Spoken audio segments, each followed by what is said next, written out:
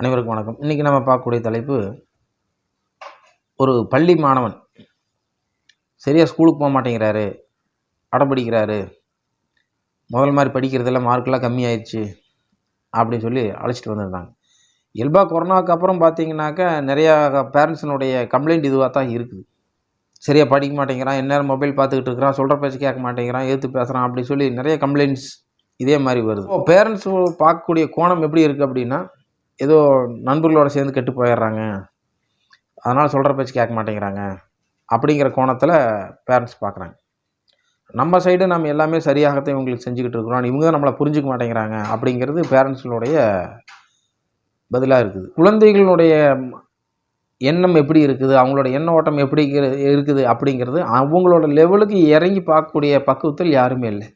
பேரண்ட்ஸாக இருக்கிறவங்க பேரண்ட்ஸோட மனநிலையிலேயே வாழ்கிறாங்க, அதுதான் பிரச்சனை. இந்த குழந்தையினுடைய பிரச்சனைகள் என்ன வந்துச்சுன்னா, இவர் இப்போது 9th படிச்சுக்கிட்டு இருக்கிறாரு, 8th வரைக்கும் நல்லா படிச்சுட்டு இருந்தவர் இப்போ திடீர்னு தன்னுடைய மார்க்கெலாம் குறைய ஆரம்பிக்குது. வீட்லேயே எதிர்த்து பேசுகிறாருன்னு சொல்லிட்டு அழைச்சிட்டு வந்தாங்க. இயல்பாக அவர்கிட்ட நம்ம பேச்சு கொடுத்து கேட்கும் பொழுது, என்ன பிரச்சனை, எதனால் ஸ்கூலுக்கு போக மாட்டேங்கிறீங்க, ஸ்கூல் எதுவும் டீச்சர்ஸ் எதுவும் திட்டினாங்களா, அல்லது கூட சக நண்பர்கள் யாரும் உங்களை அடிக்கடி கிண்டல் பண்ணுறாங்களா, சரியாக மார்க் வாங்க மாட்டேங்கிற அப்படின்னு படிக்க மாட்டேங்கிறன்னு சொல்லி ஏதாவது கிண்டல் பண்ணுறாங்களா அப்படி சொல்லி எல்லா கோணத்துலையும் நம்ம அப்படியே கேட்டுக்கிட்டு இருக்கோம். அதன் பிறகு இயல்பாக ஒரு 15 நிமிஷம் இயல்பாக அவர் கூட பேசி முடித்ததுக்கு பிறகு அவங்களுடைய பெற்றோர் நீங்கள் வெளியே நில்லுங்க அப்படி சொல்லி கொஞ்சம் நேரம் வெயிட் பண்ண சொல்லிட்டேன்.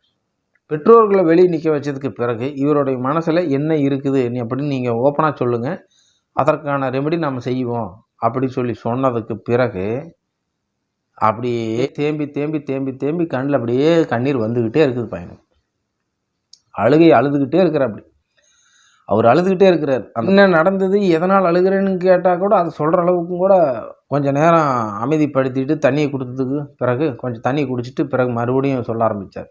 அவர் சொல்கிற விஷயம் நம்மளுடைய கற்பனைக்கு எட்டாத விஷயமாக இருக்கிறது. எப்படின்னா, அவர் ஆசையாக ஒரு நாய்க்குட்டி வாங்கி வளர்த்திருக்கிறார், அது கூடயே தான் பழகிட்டு இருந்துக்கிறாரு, அது கூட தான் படுத்து தூங்கி இருக்கிறாரு. அந்த நாய்க்குட்டி இவருடைய கூட பிறந்த தம்பி மாதிரி வாழ்ந்துட்டு இருந்துருக்கிறாரு. நாம் என்ன நினைப்போம், இயல்பாக நாய்க்குட்டின்னா எல்லோரும் கொஞ்சிறது தான், ஒன்றா இருக்கிறது தான், அன்பாக பார்த்துக்கிறது தான், பெரிய விஷயம் இல்லை. அப்புறம் இந்த விஷயத்தில் அந்த நாய் இவர் ரொம்ப ஆர்வமாக வளர்த்திட்டு இருந்த நாயை ஒரு கட்டத்தில் இவங்களோட பேரண்ட்ஸ் என்ன பண்ணுறாங்க, அது ரொம்ப டிஸ்டர்பன்ஸாக இருக்குன்னு சொல்லிட்டு கொண்டு போய் வெளியே விட்டுறலான்னு சொல்லி முடிவு பண்ணுறாங்க. இந்த பையன் சொல்கிறான், வேணாப்பா, இந்த நாய் ரொம்ப அன்பாக இருக்கிற, நீங்கள் இதை வெளியே எடுத்துகிட்டு போயிட வேணாம்னு சொல்லி சொல்கிறாங்க. அவங்க சரி இது கேட்கத்தான் செய்வாங்க குழந்தைன்னு சொல்லி கன்வின்ஸ் பண்ணிவிட்டு அந்த நாய் இவர் தூங்கிட்டு இருக்கிற நேரமாக பார்த்து இரவு நேரமாக பார்த்து தெரிஞ்ச அவங்களுடைய ஃப்ரெண்ட்ஸுக்கிட்ட சொல்லி நாயை பேக் பண்ணி கொஞ்சம் ஒரு 50 கிலோமீட்டருக்கு அந்த பக்கம் இருக்கிற ஊரில் கொண்டு போய் விட்டுட்டாங்க. அடுத்த நாள் காலையில் எழுந்திரிச்சு பார்த்தா அந்த நாய்க்குட்டியை காணும். இவங்க அப்பா கிட்ட கேட்குறாரு, எங்கேப்பா அந்த நாய்க்குட்டின்னு சொல்லி கேட்குறாரு.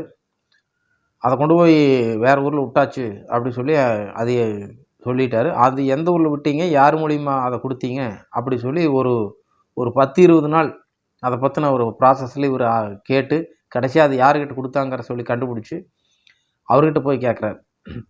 அவர் என்ன சொல்கிறாரு, இந்த நாய் ஒரு 20 நாள் நான் வாங்கிட்டு 20 நாளைக்கு முன்னாடி நான் வாங்கிட்டு வந்தேன், ஆனால் வந்த ஒரு வாரத்தில் அந்த நாய் செத்து போச்சுன்னு சொல்லிட்டார். இந்த சம்பவம் அவர் மனதை மிக ஆழமாக பாதிச்சிருச்சு.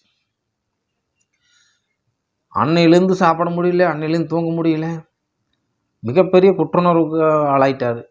ஒரு நாய்க்குட்டியை நம்மளால் காப்பாற்ற முடியல, வளர்த்த முடியல, நம்ம கூட பிறந்த தம்பி மாதிரி வச்சுருந்தோம், இப்படி இறந்துருச்சு அப்படி சொல்லி தினசரி இரவு படுக்கும்பொழுது அதையே நினச்சிட்டு படுக்கிறது, தூக்கம் வர்றதில்ல, வேறு எதில் இன்ட்ரெஸ்ட் இல்லை, பேரண்ட்ஸை கண்டா கோபம், எரிச்சல். இந்த சம்பவத்திலேருந்து அவருடைய மனநிலை மாற ஆரம்பிக்கும். சாதாரண மனிதர்களாக நம்மளால் இதை புரிஞ்சிக்க முடியாது. காரணம் என்னென்னா, இது ஒரு குழந்தைகள் விளையாடக்கூடிய ஒரு பொம்மை அல்லது ஒரு நாய்க்குட்டி, பூனைக்குட்டி, இதுக்கெல்லாம் நம்ம ரெஸ்பான்ஸ் பண்ணிட்டு இருக்க முடியாது. அது ஒரு வேலிட் இல்லாத பொருள், அதுக்காக இவங்க இவ்வளோ தூரம் ஃபீல் பண்ண போகிறாங்களா அப்படிங்கிறது நமக்கு தெரியாது. ஏன்னா நம்மளோட கண்ணோட்டத்துலேருந்து பார்க்கும்பொழுது அது ஒரு வேலிட் இல்லாத பொருள். இந்த பொம்மை போனால் இன்னொரு பொம்மை வாங்கிக்கலாம் அப்படிங்கிறதோ, அல்லது ஒரு பணம், காசு, சொத்து, பத்திரம், இது ஏதாவது தொலைஞ்சு போனால் கூட நம்ம ஃபீல் பண்ணுறதுக்கு வாய்ப்பு இருக்குது. குழந்தைகள் என்பவர்கள் எதனோடையும் தொடர்பு கொள்வாங்க, எந்த இதனோடையும் சந்தோஷமாக இருப்பாங்க. அது ஒரு மர பொம்மை, ஒரு கல், ஒரு குச்சி, அதை வச்சு கூட அவங்க விளையாண்டுக்கிட்டு இருப்பாங்க, அதை வச்சு கூட அவங்க மகிழ்ச்சியாக இருப்பாங்க அப்படிங்கிறதெல்லாம் நமக்கு தெரியறதில்ல. அந்த வகையில் இந்த குழந்தை அந்த நாயை பிரிஞ்சதிலிருந்து மனம் பாதிக்கப்பட்டு பள்ளியில் போய் படிக்க முடியாத நிலைமைக்கு ஆளாகிட்டார்.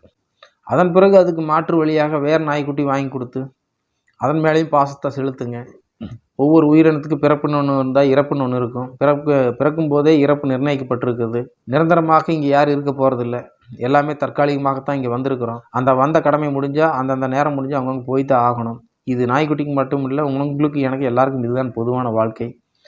இதற்கான பக்குவத்தை இதுக்கான அனுபவத்தையும் பக்குவத்தை தெரிஞ்சக்கூடிய வயசு உங்களுக்கு இல்லை அப்படின்னு இருந்தாலும் கூட அதற்கான கவுன்சிலிங் அவருக்கு தரப்பட்டு அந்த உண்மையை புரிய வச்சு முதல்ல அந்த மரணத்தை அக்செப்ட் பண்ண வச்சுட்டோம். அந்த குழந்தைய அதை ஏற்றுக்கிட்டாங்க.